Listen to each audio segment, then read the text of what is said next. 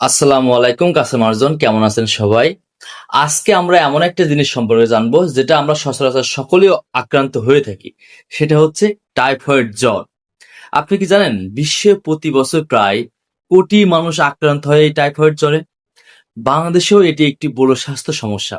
আজকে আমরা জানবো টাইফয়েড জ্বর সম্পর্কে একেবারে সবিস্তারিত। তো চলুন জেনে নেই টাইফয়েড কি এবং কেন হয়। টাইফয়েড হলো সালমোনেলা টাইফি নামক একরকম ব্যাকটেরিয়া দ্বারা আক্রান্ত একটি সংক্রামক রোগ। এটি সাধারণত দূষিত পানি কিংবা খাবারের মাধ্যমে। টাইফয়েড রোগ হলে আমরা কি কি লক্ষণ দেখতে পাই? এক নম্বরে যেটা পাই সেটা হচ্ছে দীর্ঘস্থায়ী জ্বর হবে, যেটা 104 ডিগ্রি ফারেনহাইট পর্যন্ত উঠতে পারে। মাথা ব্যথা এবং শরীর ব্যথা, ক্ষুধা মন্ত্রা অর্থাৎ খাওয়া দাওয়ার কোন রকম রুচি থাকবে না, ডায়রিয়া হইতে পারে, আবার কোষ্ঠকাঠিন্য হইতে পারে, পেট এবং বুকে গোলাপি দাগ তৈরি হতে পারে। চলুন জেনে নেই টাইফয়েড কিভাবে ছড়ায়।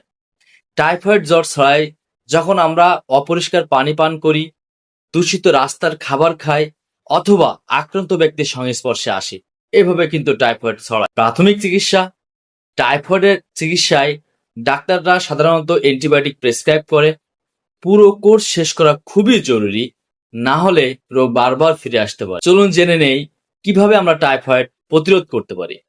এক নম্বরে সেটা হচ্ছে সবসময় ফুটন্ত পানি কিংবা বিশুদ্ধ পানি পান করতে হবে। রাস্তার যে খাবারগুলো আছে সেগুলো এড়িয়ে চলতে হবে, বিশেষ করে স্ট্রিট ফুড। তারপর হচ্ছে খাবার রান্নার আগে ভালোভাবে ধুয়ে নিতে হবে।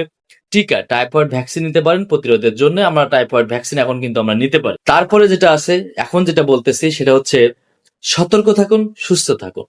টাইফয়েড জ্বর সাধারণত সচেতনতা এবং সতর্কতার মাধ্যমে সম্পূর্ণ প্রতিরোধ করা সম্ভব।